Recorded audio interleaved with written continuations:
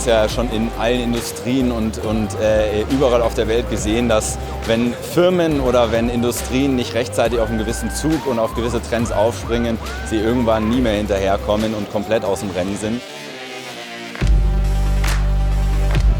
Für uns war die ISPO 2020 Munich ein voller Erfolg. Es waren sehr aufregende und ereignisreiche Tage. Wir hatten viele Events hier, die unterschiedlichste Emotionen geweckt haben, die unterschiedlichsten Zielgruppen angesprochen haben. Aber man sieht hier, dass einfach E-Sports und klassische Sportindustrie passen zusammen und wir freuen uns jetzt schon auf die nächsten Auflagen.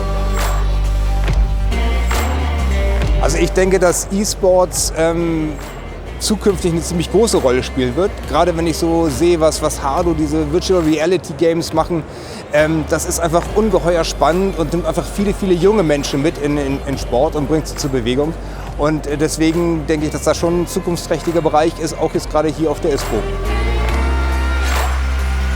Also ich finde es enorm wichtig, dass E-Sports auf der ISPO ist. E-Sports ist ja, die meisten sagen ja Computergaming, aber es zeigt einfach, wie unser Hirn funktioniert. Und Sportarten sind ja auch nur Spiele modifiziert auf den Körper.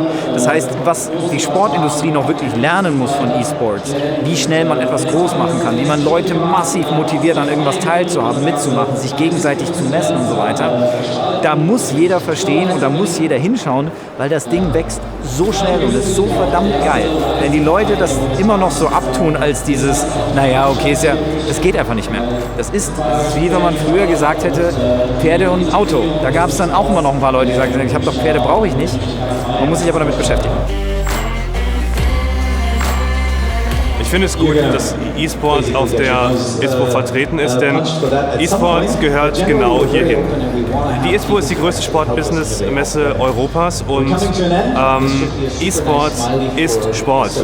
Das muss man verstehen. E-Sports-Marketing funktioniert sehr ähnlich zum normalen Sports-Marketing.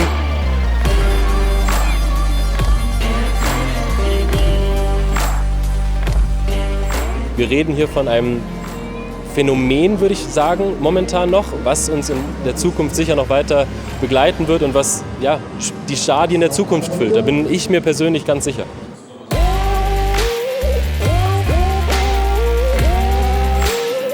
Wir sind besonders stolz auf die diesjährigen Aktivierungen zur ISPO Munich 2020. In 2019 hatten wir schon eine designierte E-Sports Arena. Dann haben wir ein eigenes E-Sports Festival umsetzen können. 3-Tages-Festival in München im Juli. Und zur ISPO Munich 2020 wurde jetzt alles noch mal viel größer. Wir haben erweitert. Wir haben hier eine E-Sports Bühne, wo wir durchgehend Fachvorträge am Vormittag und am Nachmittag haben. Und dann geht's in Turniere. Wir haben die AMD Masters Rocket League umgesetzt. Wir haben die Unileague eFootball, ein ganz spannendes Thema, umsetzen dürfen und sind besonders halt eben begeistert, wie der Zulauf hier an der Bühne gerade stattfindet.